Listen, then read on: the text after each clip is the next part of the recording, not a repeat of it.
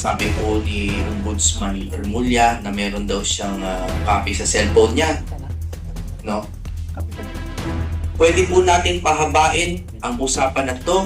We can talk about the technicalities of RA 9851. We can talk about the Rome Statute. But at the end of the day, this is a question of sovereignty. Kasarinlan. At ang sa akin po, napakalinaw, ibalik natin ang usapan sa jurisdiction. Walang jurisdiction ng ICC. Whether as an international body or IPP sila state, wala silang karapatan. At ang gobyerno natin ay wala rin karapatan mag-extradite from the executive branch without judicial determination. Sundin mo man o hindi ang Rome Statute, walang dahilan na magpadala tayo ng sarili nating nasyonal patungo sa ICC. Kung sundin mo ang Rome Statute, by the way, hindi kami sang-ayon dyan, ha? Pero kung sundin mo ang Rome Statute, dadaan ka pa rin sa judicial determination. Kailangan malaman natin kung gumagana ba yung principle of complementarity, kung gumagana ba ang ating mga korte o hindi. Pag hindi natin sinunod, pupunta tayo sa RA 9851 at nakalagay sa Section 17 that it is pursuant to existing extradition laws. Di ba? At naglabas ang ating Supreme Court ng mga rules on extradition. Tama? Yung AM number, ano ba yun? 220329 or some, basta, ganyan. At ang nakalagay doon talaga, dadaan pa rin sa judicial determination. Ang problema dito is nagkakaroon na masyado ng legal speak, legalese. Nakakalimutan natin yung spirit of the law. And the spirit is we preserve sovereignty. As much as possible, ang Pilipinas ay sa Pilipino. No? So yung iba, binabalaktot yung batas para magkadahilan na magkaroon ng kapangyarihan ang executive to unilaterally expel a political rival. Mali eh. Okay, bago ko pagsalitain ang ating legal luminary, isipin nyo ito ha. Ako, marami akong kinagagalitan ngayon na opisyal. I think they are guilty of crimes against humanity. I have been bashed for that. I stand by it. Crimes against humanity is an evolving term. It is no longer a war crime. Okay? It is about the aggregate level of mass harm. Kung gaano kadami. Kasi parang genocide na eh. Pero, kapag tapos ng administrasyon na to, at may kapanig ako na gustong magpadala ng mga kalaban natin sa ICC, hindi ako papayag. Hindi ako naniniwala na halimbawa si Trillanes dapat bang padala sa ICC? Ako hindi. Dito, unless the court stop working. Si Martin Romualdez, si Zaldico, dapat ba ipadala sa ICC? I will not support that until all the legal requirements are met. Na they prove jurisdiction and we prove na hindi gumagana ang mga korte natin. So that warrant for me, hindi, it's a distraction. And I think everyone here knows, alam ninyong lahat, na nung pinakulong si Pangulong Duterte, meron kasing issue. Tama? May issue sa budget. May issue doon sa kay Paulo Tantoco, rest in peace. Tama? O ngayon, meron na namang ganitong malaking rally, meron na namang ibang ipahuhuli. It's right in front of our faces. So as a final statement, nananawagan po ako sa mga mabubuting tao pa sa loob ng administrasyon. Maglaban po tayo sa politika, pero wag po natin isuko ang ating common goal of preserving Philippine sovereignty. Yeah. Kunting dagdag lang, nasabi na ni Attorney Jimmy yung legal premises tungkol sa Rome Statute. Ito yung tratado na nagbuo ng International Criminal Court at naging membro po ang Pilipinas, then eventually nag-withdraw. Gusto ko lang bigyan kayo ng konting impormasyon sa kasaysayan nitong Rome Statute na ito. Matagal po yan ang pinag-usapan ng mga bansa hanggang makarating sa atin sa Pilipinas at maraming mga pumapabor na tayo ay maging kalahok o kabahagi ng Rome Statute na ito. At magmula early 2000, pinagdidibatihan na ito at pinag-uusapan. Hindi po basta-basta po yan sa ating Senado na ating i-ratify. Kasi alam niyo naman, ang tratado, bago maging part of the law of the land pursuant to the provision of the Constitution under Article 2, kailangan mo nang i-ratify po ng Senado.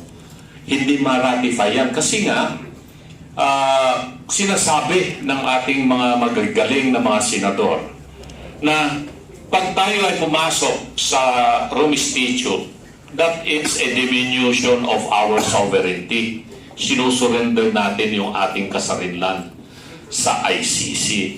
So ang ginawa po ng the late Senator Miriam Defensor Santiago, naging principal author and sponsor siya, that eventually became a law, yung Republic Act 9851. So naging batas po yan, naging local law natin.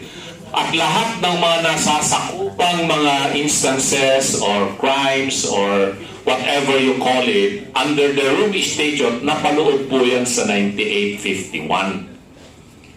Pero kahit na meron na tayong 9851 na local law, hindi pa rin tayo ina-appreciate ng mga dayuhang mga Europeans. Kasi itong Rome Statute na ito, produkto po ito ng mga puting mga European countries na sila yung merong tinatawag na moral ascendancy over the whole world, over the United States, over Russia, that they have the right, the parang tawag nila rito, divine right to impose yung kanilang system of justice all over the world against everybody. Na hindi sumasangayon ng Amerika, hindi sumasangayon ng Russia sa kagustuhan ng mga Western countries na ito. So, ito na naman, merong nagnanais na mga Pilipinong magagaling na abogado na maging membro po sila ng International Criminal Court, maging judge po sila sa ICC, maging prosecutor sila sa ICC. And during the time of the Aquino administration ni Noynoy Aquino, doon, I think it was 2013 if I'm not mistaken, bigla na lamang naisingit yung Rome Statute for ratification in 2009 in the Senate. So na-ratify, naging member tayo ng ICC. But eventually, nag-withdraw. So ganun po yung istorya po niyan. Pero ako malinaw sa akin na hindi natin kailangan yung Rome Statute na yan para i-apply natin sa ating mga kababayan na may pananagutan or whatever crimes against humanity, genocide, etc. etc. Pwede naman natin panagutin sila rito sa ating bansa kasi may sapat tayong mga batas na umiiral dito. In place naman yung prosecutorial service natin. Andiyan naman yung ating mga korte. Bakit natin kailangang ipagkadulo, ibigay ang ulo ng isang Pilipino sa kamay ng mga dayuhan? No? At itong sinasabi nilang warrant of arrest kay Senator Bato, ako I take the word of Ombudsman Boying Rimulya na meron siyang basihan doon sa kanyang sinasabi kung ito man po ay electronic copy or not, na natanggap niya. Siguro he is not so reckless to say na meron akong hawak na kopya ng warrant of arrest pinadala sa akin. Hindi ko sasabihin na yun kung wala nga. I don't believe na magsasabi ng ganon ang isang former Secretary of Justice at saka ngayon Ombudsman. At isa sa publiko niya yung information na ito.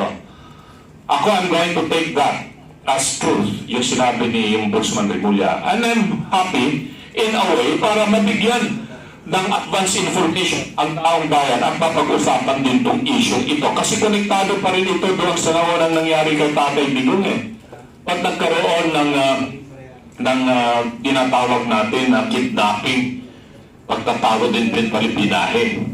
No? Ang napapayo ko lang sa mga legal team ni Senator Bato, nagkausap na rin kami ni Atty. Torreon dito the other day. At sinabi ko sa kanya, you expect the worst. they are going to come up with a red notice for sure from the Interpol. It's just a matter of time yan. It's a matter of time. Hindi ba siguro ngayong buwan na ito, baka next month ilabas na yan at iituloy na po siyang dahil. Ang tanong, papayagan ba natin maulit ito?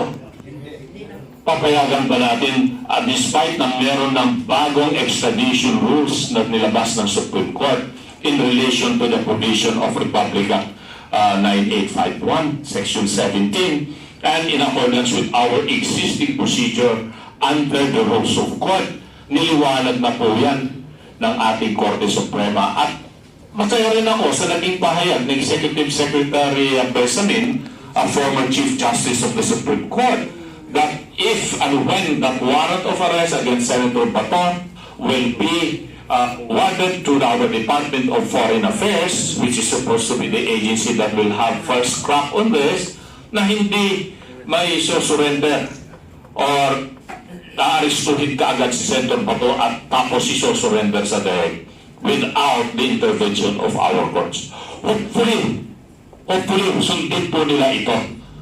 Sundin po nila ito. Pero, ito lang ang criticism ko dyan. The timing of coming out with this kind of information and made public when in reality there is no yet official communication and in a hard copy that is delivered by the ICC to the Department of Justice or to the Department of Foreign Affairs, and there is no notice yet by ICC to the Interpol for the issuance of whatever legal notice, red notice or whatever. I think it is done in order again to cover up this burning issue of corruption in flood control para ma-divert na naman yung atensyon ng taong bayan. That is the only thing na nakita kong negative dito. That there is a connection of this information that Senator Bato, who is a leader of PDP Laban, no, somebody who is fighting the corruption in government, in the Senate, that is amounting to curtailing his right as a senator to continue fighting corruption in our government. Yun lang nakikita ko po dyan. So whether or not magkakaroon ng arrest warrant, hintayin na lang natin yan. It's a matter of time. Sabi nga ni Vice President Sara Duterte, advice niya kay Senator Bato, you better be prepared. It's gonna happen anytime soon. Dagdag lang ako bilang